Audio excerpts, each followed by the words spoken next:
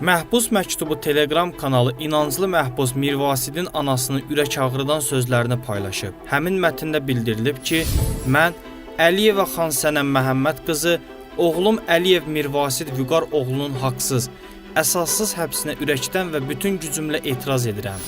Bilirəm, zahirdə mənim bu səsim bir damla su kimi dənizdə itəcək, amma susmaq heç vaxt bizim yolumuz olmayır.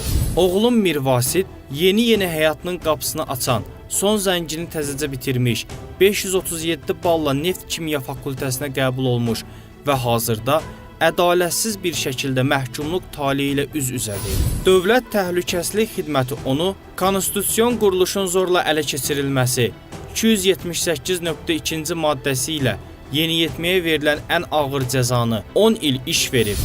Bu, nə qədər acı və qəddar bir ədalətdir.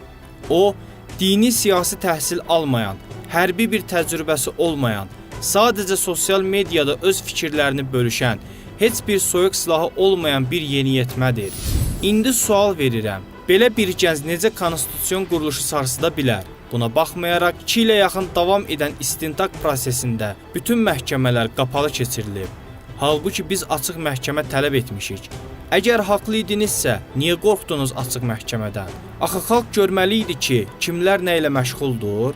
İnsanlar görsün, millət tanısın sizin xəyanətkar və agent dediklərinizi. Heç bir vəsatətimizə məhəl qoyulmadı. Oğlum az yaşlıdır, ilk məhkumluğudur. Bunlar heç nəzərə alınmadı.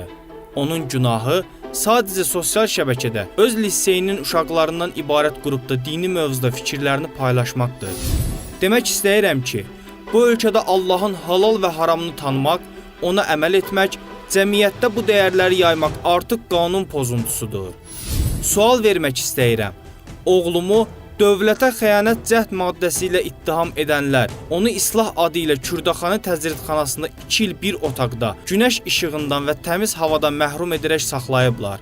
10-15 nəfər bir yerdə, siqaret tüstüsündə, söyüş içində, fiziki və mənəvi təzyiqlərə məruz qalmış bir gənci əslində kim islah edir? Bu, vətənə xəyanət deyil, bir valideynə qarşı ən böyük ədalətsizlik, insanlıq cinayətidir.